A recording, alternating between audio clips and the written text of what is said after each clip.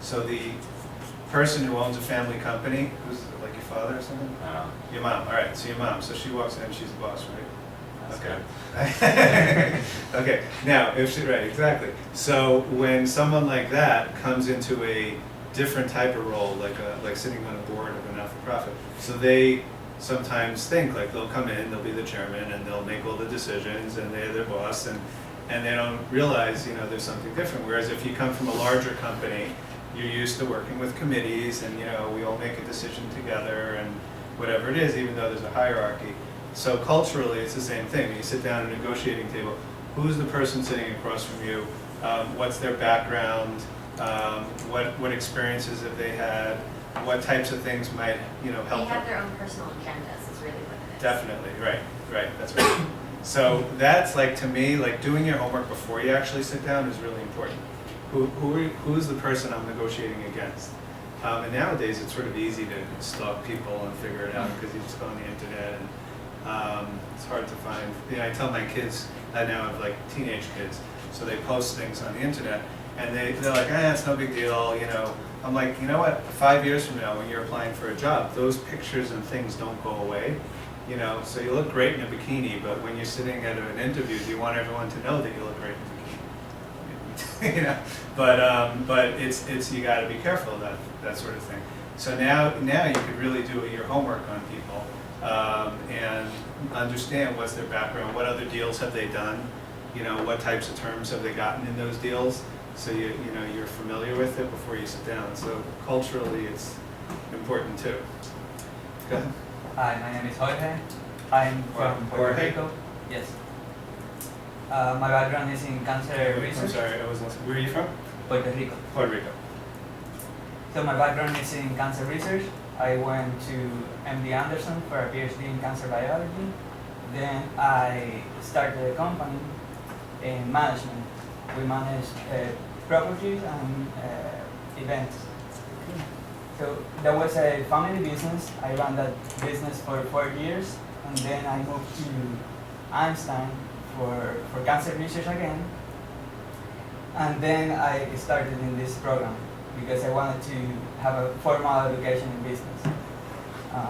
As a long term, I would like to be in biotech and pharmaceutical investments. So that's it's a big field. That's a lot of what I did when I was doing these Israeli companies.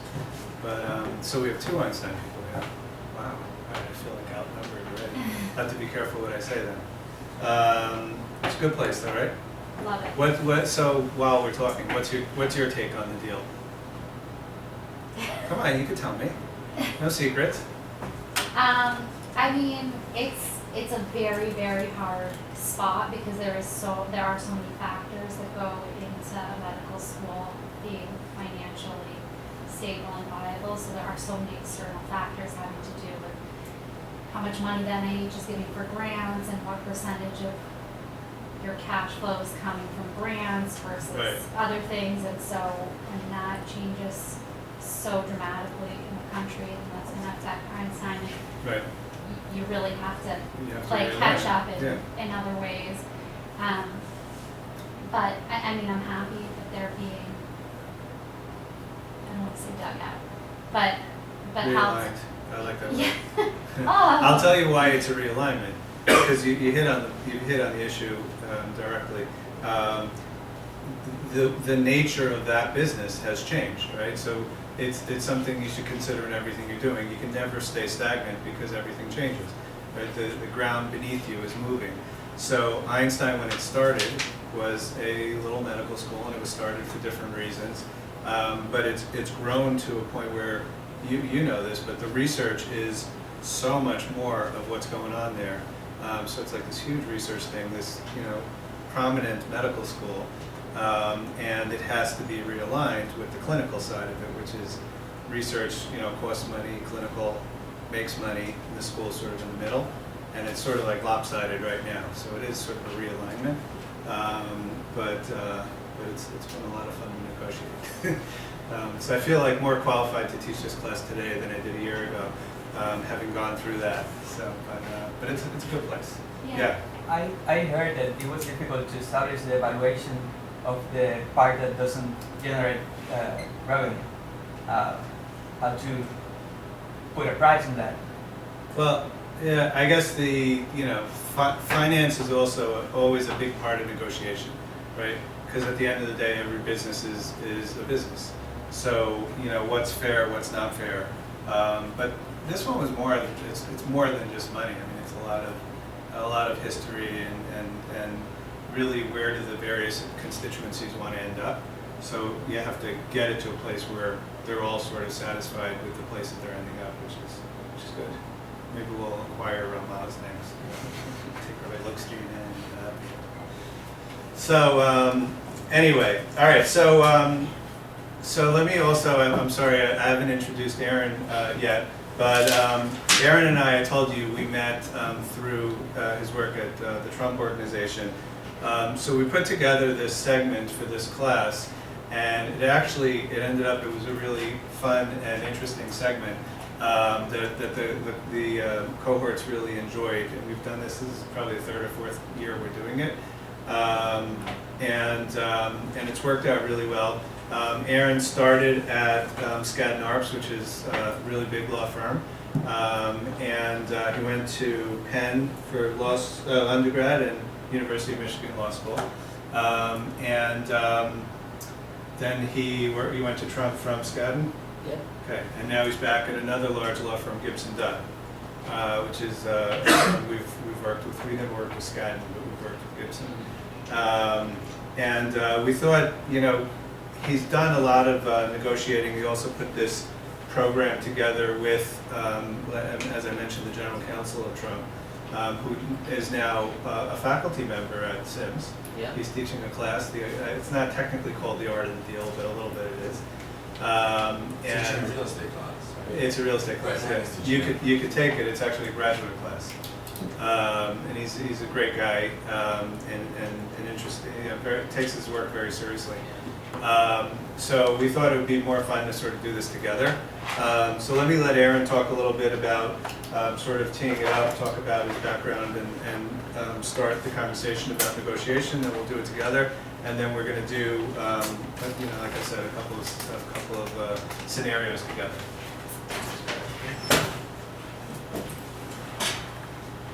Do you have any questions so far? Interrupt, stop us. Are you enjoying the program so far? I mean, I picked up the complaint session, but Yeah, but besides that, that was yes. kind of cool, right? So you learning something? You feel like getting a lot out of it? Yeah.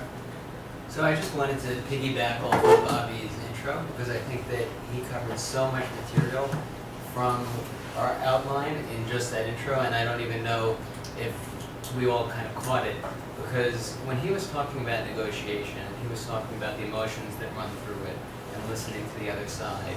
That's typically not what people think of when they think of negotiation, and I think before we get into breaking out for the simulations and everybody negotiates against each other, which I think will be great, and we'll talk about different types of negotiators and different tactics you can use. I think it's really important to understand what negotiation is. And I think I've already covered negotiation occurs in every area of our lives. I was thinking the other day with my wife, I was negotiating over the size of the TV we were going to get, and then... Wait till your son is it? Yeah. You have a son? Yeah. Yeah, wait till they get a little bit older. and then the negotiation I'm begins. sure. Yeah. And then on the other side of the spectrum, late last night, and I'll get into this example more later, I got an email from a client on a large real estate deal we're doing where they wanted to more formally negotiate with the other side, within the confines of the lease structure. And I think when people think of negotiation, the reason it's so misunderstood is a lot of times people think of Trump, they think of The Apprentice, they think of boardrooms, suits, chest beating, yelling, running out of rooms, and I think that's really what it's all about. And it couldn't be further from the opposite, because the best negotiators really are people who start out being quiet, who start out really assessing, who start out really listening to the other side and listening to their client, if they have a client, or their stakeholders, if they have stakeholders, if they have 1,000 stakeholders like Bobby, they'll have a lot of listening to do. But really understand the sides, understand where people are coming from before you start going crazy, because you might hang yourself and go in the wrong direction unless you fully understand what's happening. So I think a lot of what we're going to be talking about counterintuitively is listening, and listening to the various parties involved and thinking about what's important. What are the things you're trying to get? It isn't always about a dollar amount. There are often creative, collaborative solutions, and it's not always about fist pumping and banging on the desk and storming out of the room. Very much the opposite. So first, when I think about negotiation, I think about an example that Jason Greenblatt, the GC of Trump, likes to use, which is Pac-Man, where he always says that when you play Pac-Man as a kid or growing up, No, Pac-Man is Yeah. reasonable. So, If I said it to my kids, they would know what I was talking well, these days you get it on an app, the iPhone. Yeah. It's updated. about. My sister actually got engaged based on a game of Pac-Man. It was if she won, they got engaged. It's so She funny. won. So in his example, he used to say, Pac-Man, the levels don't change, right? You have the same levels over and over and over, and you could get really good the more hours you put into it, and you know where everything's going to come out, right? You know the shape of the levels, you know the speed you're getting comfortable. Negotiation, sure, you get better the more practice you do, which is why I'm most excited to dive right into the practice simulations pretty soon, and then we can start critiquing, and that's how you'll get better. But it's the opposite of Pac-Man in the sense that no two negotiations are the same. If you think like, oh, I did an amazing job with this negotiation by using this tactic, it's likely not going to work the next time because you're dealing with different people, different personalities, as Avi said, different emotions, and that all kind of changes the landscape. So you're playing a new video game each time, different characters, different levels, everything changes, and that's why the core skills are what are most important of being a listener, being adaptable, being able to get a good sense of the landscape really quickly, and that's what's going to help you develop. So maybe we could get into a little bit of the tools and tactics, just so we don't throw you in blind to these simulations, and then we could go forward, critique, and continue. So in terms of tools and tactics, like things you could try to use, I'll start with some of the tactics I don't like, but up to you to choose what to do. But what do you guys think first, before he tells you? What do you think are the most important tools to bring to the table to negotiate?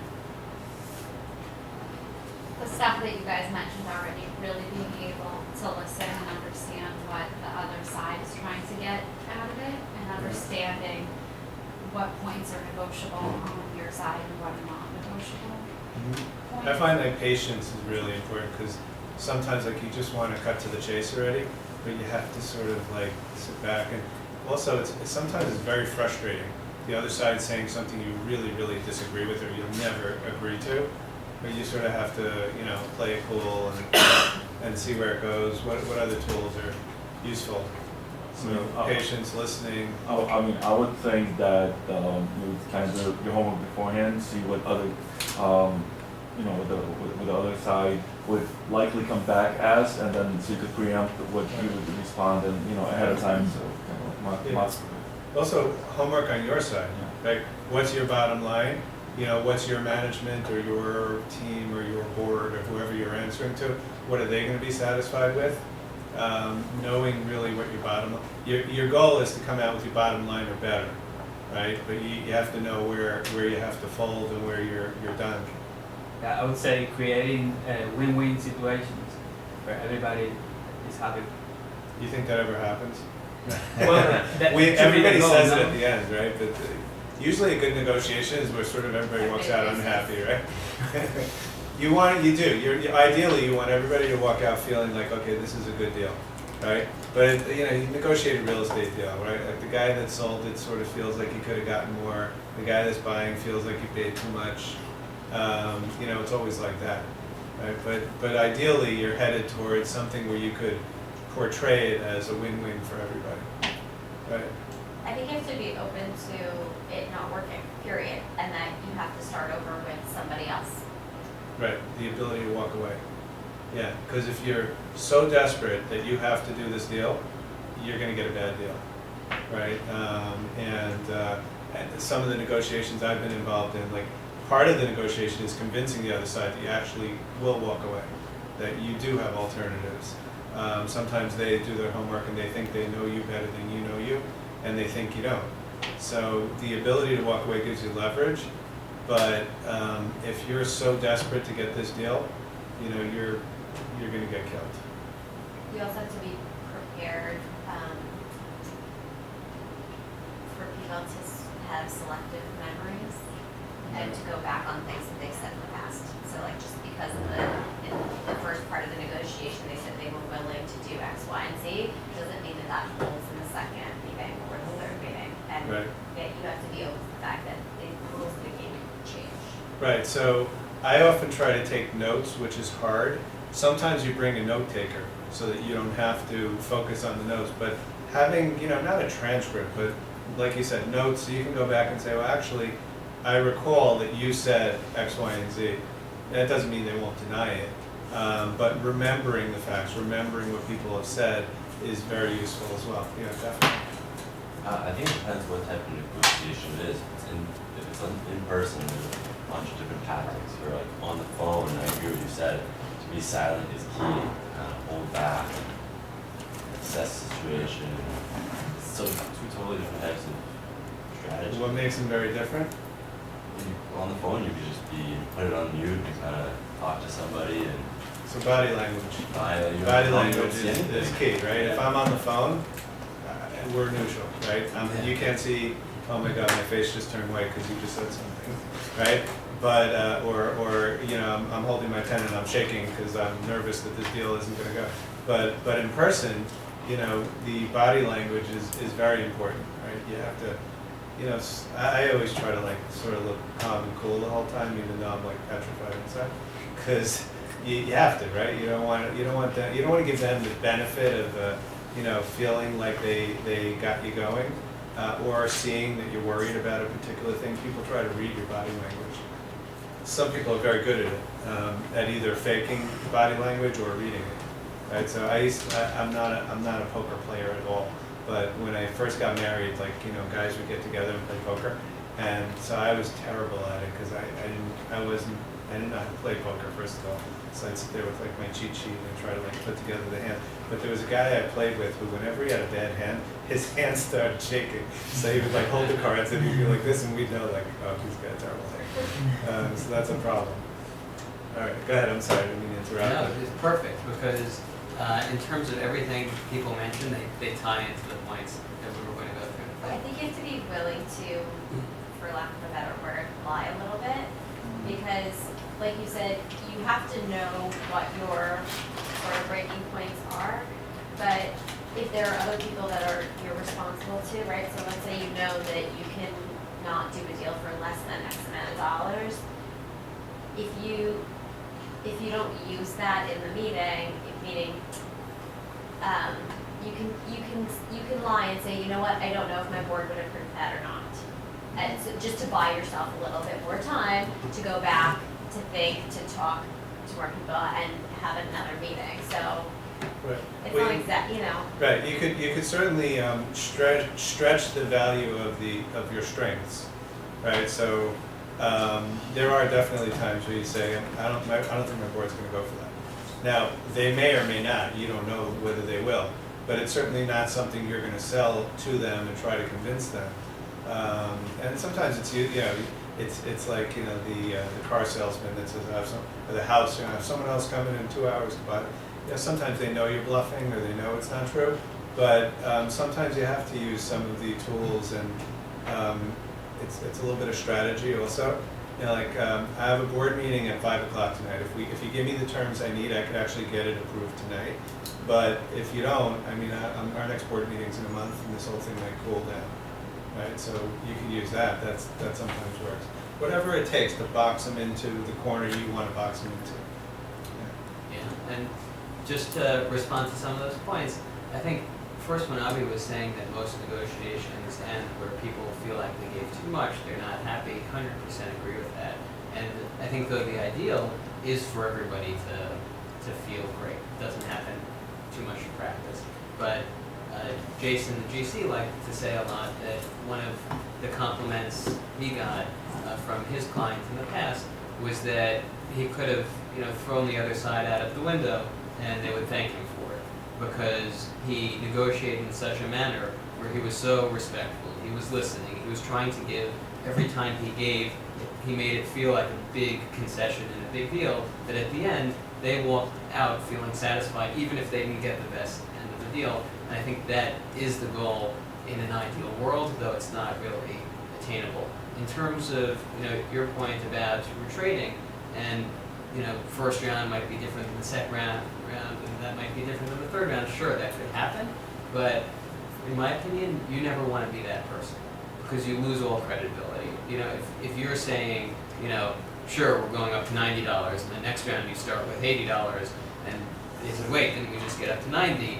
Your credibility's shot, the other side gets frustrated, they don't want to do a deal with you, they're going to look for other, people. So I was even, working for a client who said, never even accuse the other side of free trading, even though they did, because that would be so offensive to them, and that is an offensive concept often in negotiation. So it happens, you don't want to be part of that. I think similarly, the lying or using authority, it's a tricky thing. A lot of people say, I don't have authority to do this, even though they do, and the other side will never know, and that might be a tactic that works because you're saying this is the limit of my authority, we want to get a deal done.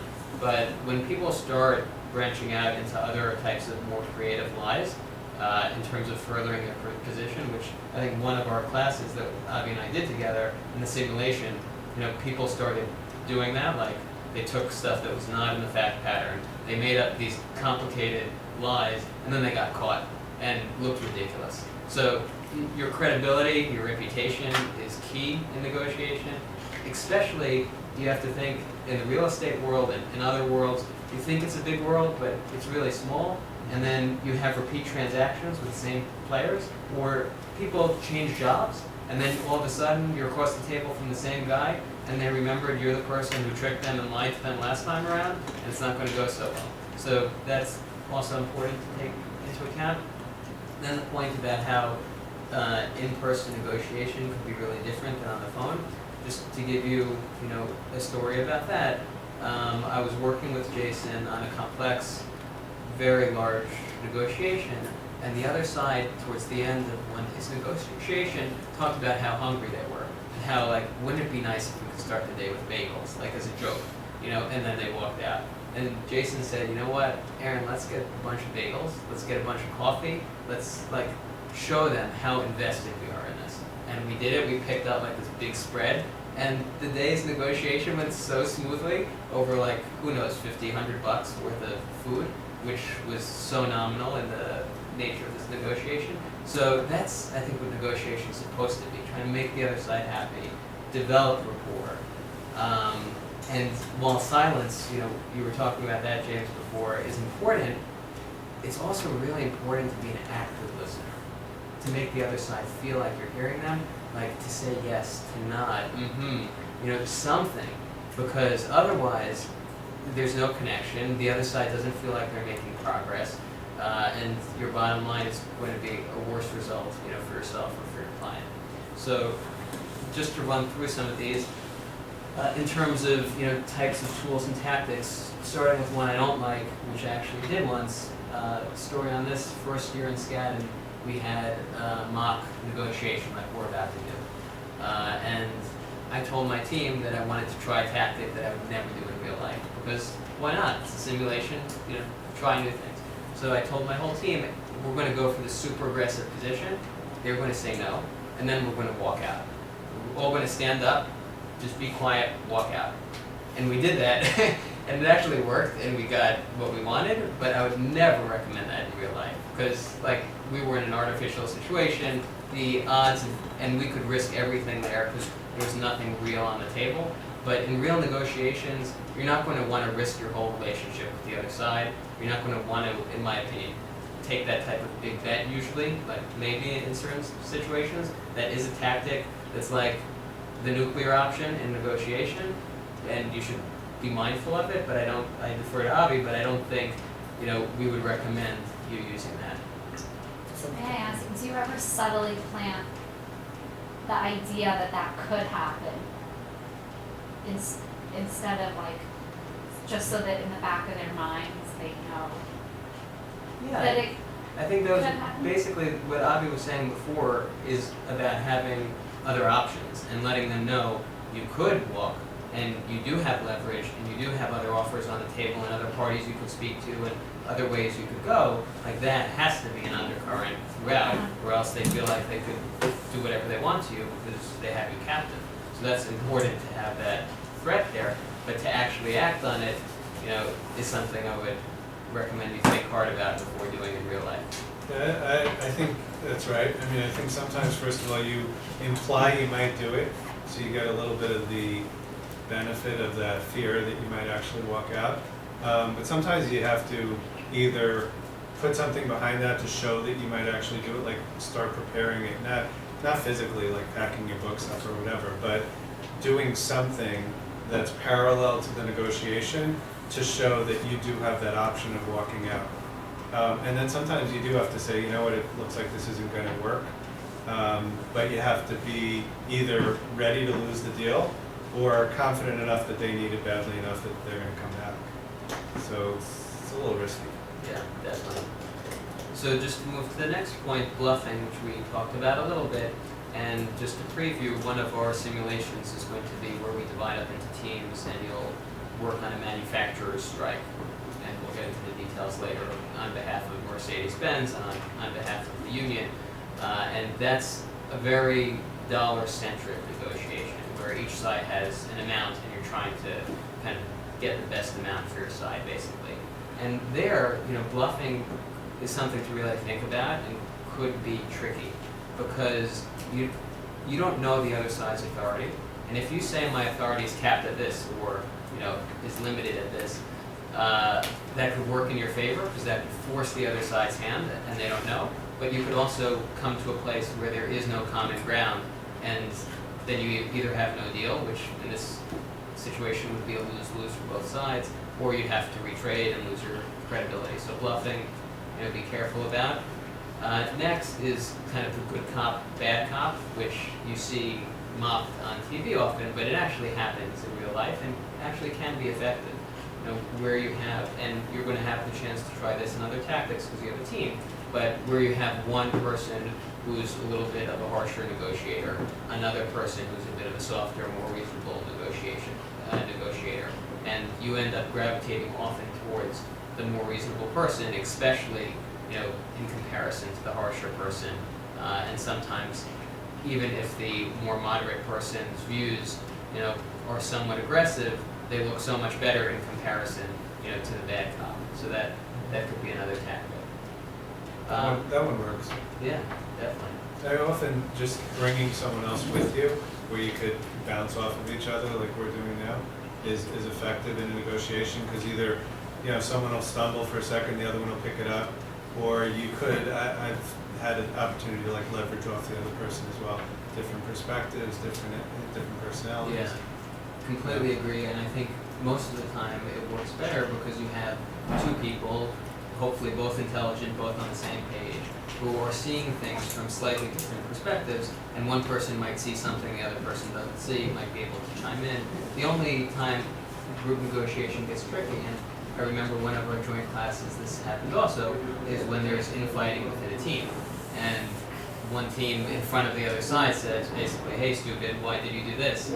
And that, of course, is the worst case scenario, and if one of your team is doing something that you don't like, the best thing to do is say we need a timeout, let's, you know, take a drink break, let's step outside of the room, and then you get everybody realigned.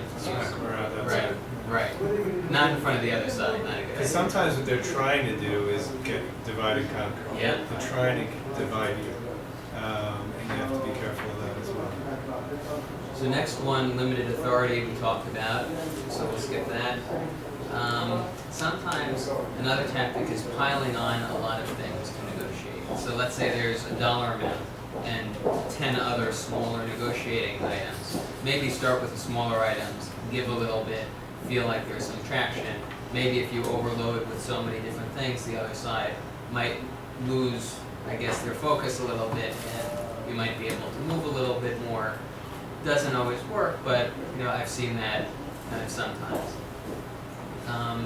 Next one is in terms of speed, which I think we touched on a little bit also, to start slow and then accelerate. A lot of debate often is had about who gives the first offer. And I don't think it's such a big deal if your side kind of did its homework and knows where it wants to come out to be the side that gives the first offer. But I always think it's important to start slower. Not to be the side that starts moving very quickly, starts negotiating, starts giving, starts making bold statements. Because you're